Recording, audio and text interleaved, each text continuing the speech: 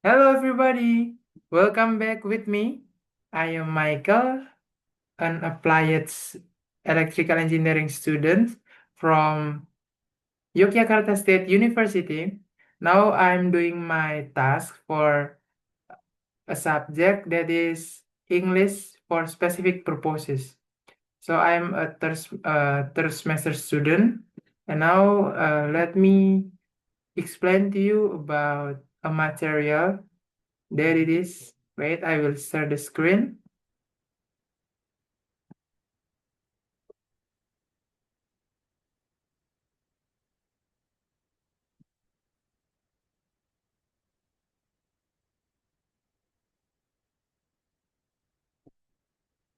Okay, so now we are going to talk about clauses, functions, and forms. Pada setiap bentuk kegiatan komunikasi dalam bahasa Inggris, baik secara lisan maupun tertulis, kita senantiasa melibatkan penggunaan sejumlah bentuk kalimat untuk mengungkapkan suatu berita, gagasan, atau pesan. Pada setiap penggunaan bentuk kalimat, kita tidak akan terlepas dari penggunaan kata-kata yang harus disusun sedemikian rupa menurut tata bahasa baku atau yang disebut grammar yang berlaku dalam bahasa Inggris, sehingga yang disampaikan menjadi mudah dimengerti dan tidak perlu khawatir akan terjadinya kesalahan penafsiran. Di dalam sebuah kalimat, kata-kata yang telah tersusun kemudian dikelompokkan menjadi beberapa bagian sesuai jabatannya masing-masing. Pertama, kata atau kelompok kata yang menduduki jabatan subjek. Kedua, kata atau kelompok kata yang menduduki jabatan predikat. Ketiga, kata atau kelompok kata yang menduduki jabatan objek atau komplement. Dan terakhir, kata atau kelompok kata yang menduduki jabatan adverb atau keterangan. Nah, kurang lebih ini susunannya ada subjek, predikat, objek, adverb. Di sini subjek bisa terdiri dari kata, dua kata atau lebih, dan juga dari klausa.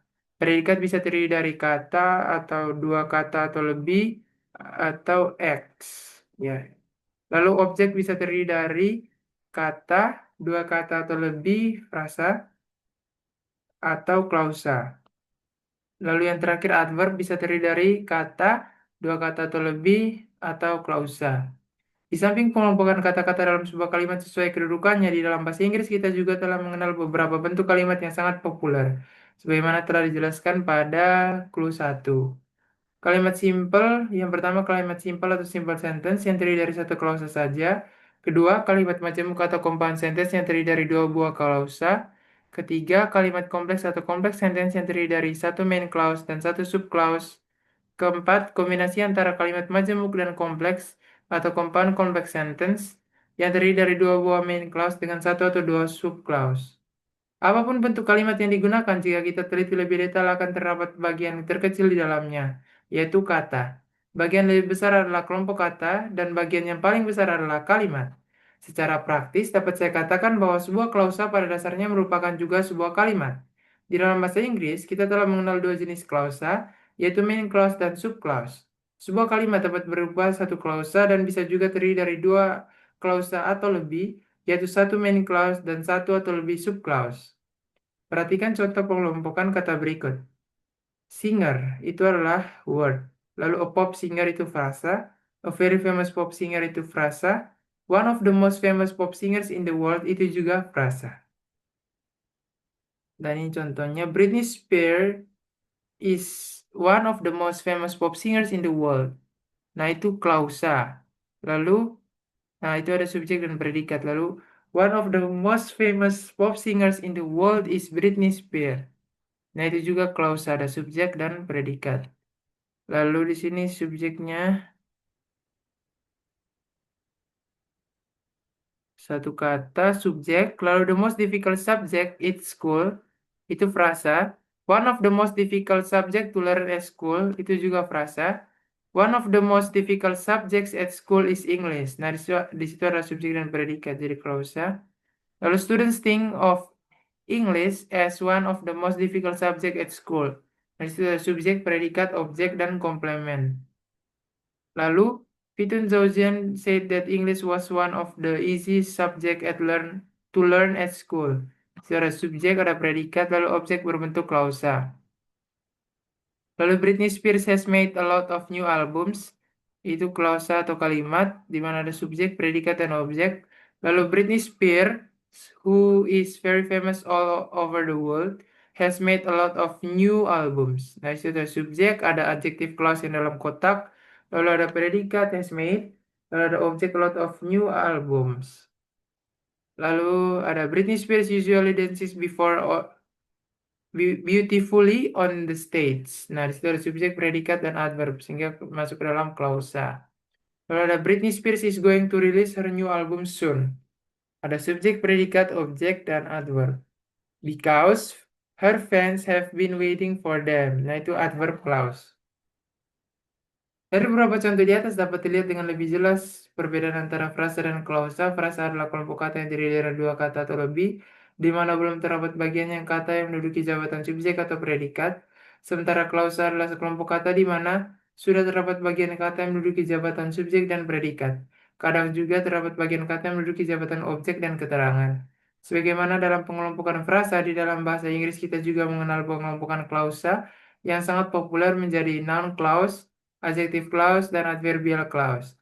Sesuai namanya, masing-masing jenis klausa tersebut memiliki fungsi yang berbeda.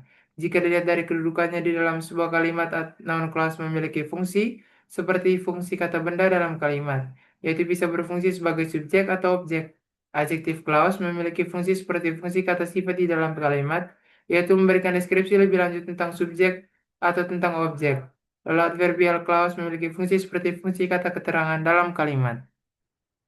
Lalu in detail pattern yang pertama ada noun clause. Noun clause yang kedudukannya sebagai subclause adalah bentuk clause yang difungsikan seperti kata benda di dalam kalimat. Sesuai fungsinya di dalam kalimat, noun clause dapat menduduki jabatan subjek dan jabatan objek, atau bahkan sebagai pelengkap atau komplement. Nah, di sini eh, ada pertanyaan, ada kata tanya. What, why, where, when, that, how. Diikuti noun clause as subject. Lalu ada predikat, ada objek, lalu adverb. Ini susunannya. Lalu bisa juga kata kerja, kata tanyanya itu ditaruh di tengah antara predikat dan noun clause as objek.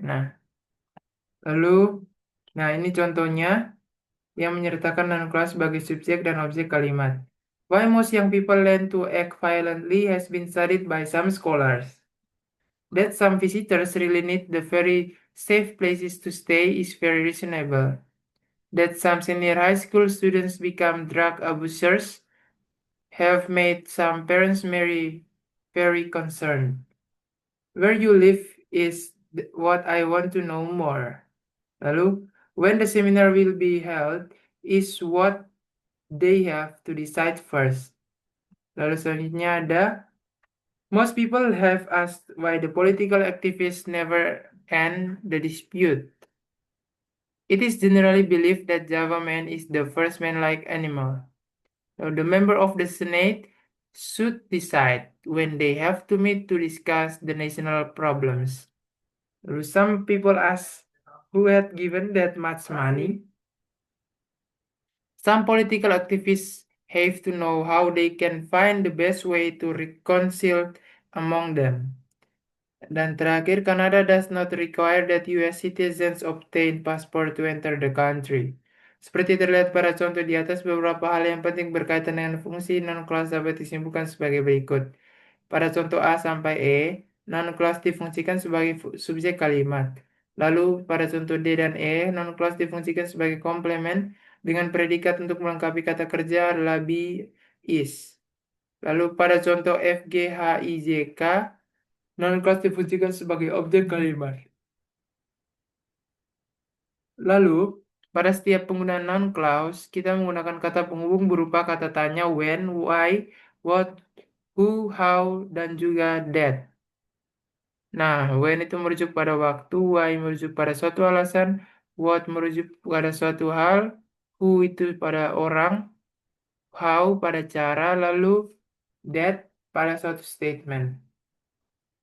Nah, ini beberapa kalimat dalam teks yang menggunakan noun clause untuk menuangkan informasi di dalamnya. Noun clause tidak dicetak di dalam kotak. Noun clause dicetak di dalam kotak. Nah, I have ever met a young lady who is a really heavy smoker. She is up to 2 packs a day. She has actually realized that smoking is not very good for health. It ruins health and makes the breath smell like smoke. The problem is that when she stops smoking, she will probably gain weight. This is why she doesn't like to stop smoking. She really cannot stop smoking. If the stop if she stops smoking, she could save much. She doesn't know how she can manage it and would like to know who will be able to help her solve this problem. Perhaps it is only you, the one who can help her. Lalu selanjutnya ada adjective clause. Adjective clause yang berkedudukan sebagai subjek subclause adalah bentuk klausa yang difungsikan secara seperti kata sifat di dalam kalimat. Sesuai fungsinya, sebuah adjective clause dapat berfungsi memberikan deskripsi lebih lanjut tentang kata benda yang berkedudukan sebagai subjek atau objek. Nah, ini merupakan contoh susunannya. Setelah subjek ada relative pronoun, lalu ada adjective clause yang bisa terdiri dari subjek, predikat, objek. Lalu, oh iya, yang bisa merujuk kepada, biasanya ini merujuk kepada subjek. Lalu, selanjutnya ada yang susunan kedua itu, ini adjective clause-nya merujuk kepada objek. Berikut beberapa contohnya. Adjective clause dicetak di dalam kotak. The school holiday, which most the students always wait for, will be next month. Teachers who cannot teach well will be ignored by most students. Students who often come late will be given a special punishment. Monday, that most students hate, is the busiest day of the week. The day when all students have to do some sport is Friday. One of the school holiday, most students plan to visit the beach that is located in Yogyakarta. If you ever go to Yogyakarta, don't miss to visit Malioboro that offers so many kinds of Japanese food. And then, on my school holiday, I just like to watch old videos, which are still really wonderful. I always enjoy Mondays that make me really busy and tired. At night, I always review the subject that will be studied in the following days. For investor who has little money, silver or bonds are good options for them. Of all cereals, rice is the one that provides food for more people.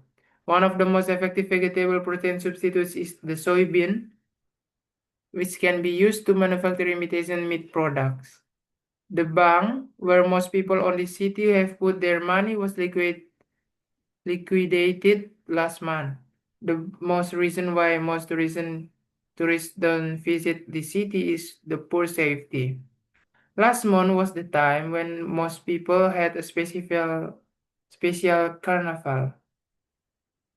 Lalu most visitors who come to visit the temple stayed in one of the biggest hotel in the city. Lalu ada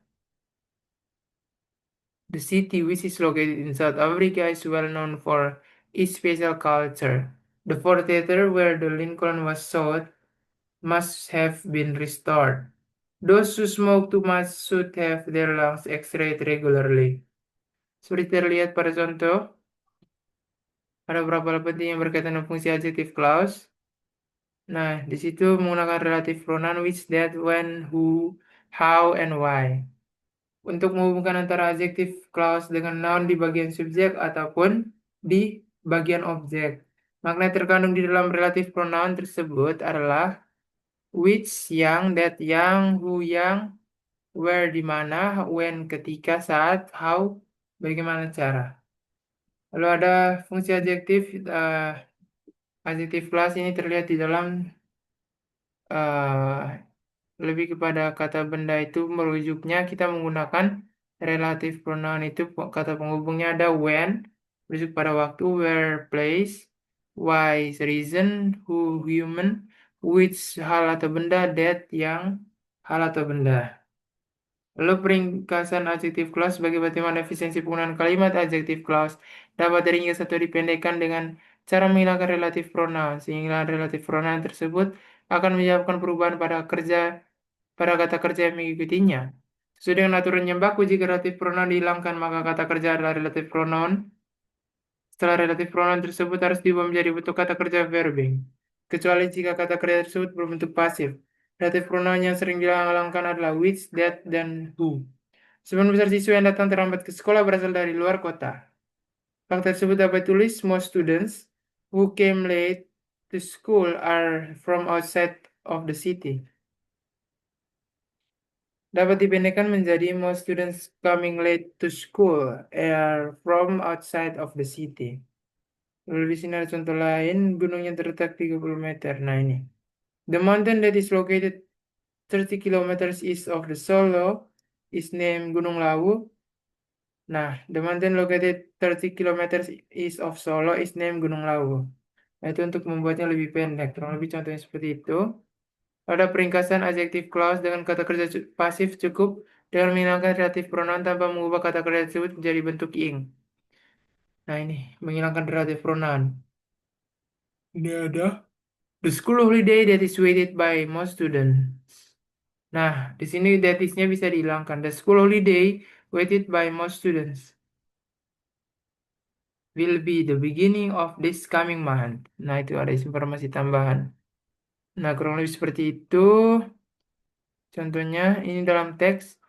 Ini yang dalam kotaknya ada adjective clause. Here is what I know about a tour guide. To be tour guide is one of the most interesting jobs for some people. It is a great job where you can meet a lot of interesting people. What you have to do is just taking the people on tours to many different parts of the country. Lalu, one of the most interesting destination for any tourist is Bali Island. It is a small island which is located to the east of Java Island. It is small but interesting. Besides, it offers many parks and hills where visitors can enjoy. The beautiful of nature is over them many teachers where they can have sunbathing.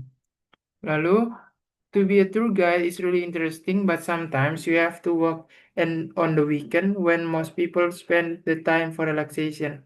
If you feel like to be the one, you must be ready to work on Saturday and Sunday. You have to smile and be friendly to serve all tour members. Well, that's all what I know about what a tour guide has to do. Selanjutnya ada adverb clause yang berkedudukan sebagai subclause adalah bentuk clause yang difungsikan seperti kata keterangan di dalam kalimat. Sesuai fungsinya, sebuah adverb clause dapat memiliki jabatan adverb di dalam sebuah kalimat, yaitu memberikan berbagai jenis keterangan yang dibutuhkan, seperti keterangan waktu, tempat, tujuan, alasan, cara, dan sebagainya. Ciri penggunaan adverb clause dalam kalimat dapat dikenali dengan melihat penggunaan kata penghubung. Berikut beberapa contoh yang menyertakan adverb clause, contohnya kurang lebih seperti ini. Most students to go some extra classes in the evening in order that they can be successful in the final exam. Oke, so dari this, um,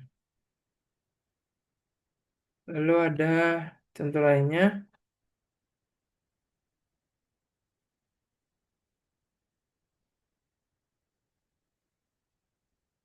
Although the school management has decided to give a special punishment for those who come late to school, many students are constantly late to come. Oke, perhatikan yang dalam kotak itu merupakan adverb clause.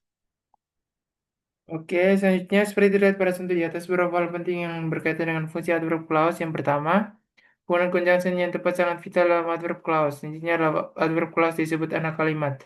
Apabila adverb clause diletakkan pada awal kalimat, yaitu sebelum main clause, tanda koma senantiasa dipergunakan. Jika diletakkan setelah induk kalimat, tanda koma tidak dipergunakan. Sebagai pertimbangan efisiensi kalimat, adverb clause juga dapat diringkas atau dipendekkan menjadi sebentuk frasa, yaitu dengan menghilangkan conjunction. Namun demikian, tidak semua bentuk adverb clause dapat diperpendekkan. Sebagian besar ini contohnya sebagian besar mahasiswa naik motor kampus agar mereka dapat tiba di kelas tepat waktu. Realitanya, most students ride their motorcycles to campus in order they come to class on time. Nah, itu yang dihapus itu bisa dihilangkannya. Oke, kurang lebih itu contohnya. Nah, di sini yang terakhir itu ada para mahasiswa harus belajar lebih banyak agar mereka bisa menyelesaikan studinya tepat waktu. Nah, kita dapat menuliskannya, the students have to learn much more in order that they can finish their study on time. Nah, jadi eh, di sini in order that they can itu bisa dihapus. Nah, jadinya menjadi the students have to learn much to finish their study on time. Lalu model pemendekan atau peringkasan kalimat seperti itu telah dicontohkan di atas dalam bahasa Inggris dikenal dengan istilah elliptical construction. Ringkasan demikian memang sangat diperlukan untuk mempertimbangkan efisiensi dan efektivitas kalimat dalam fungsinya sebagai media untuk menuangkan berita, informasi, ide, gagasan, atau pesan. Okay, so that's all about our material today. We have talked about classes, especially about the functions and forms. Thank you for your participation in this occasion. I'm happy to share to you about this material classes, uh, the forms and functions, so we can learn more about how to use clauses. So that's all from me. I'm sorry if there any mistakes I've made uh, when we are learning about this material. And thank you for your participation once again. That's all from me. See ya and good luck with your job. Okay, goodbye.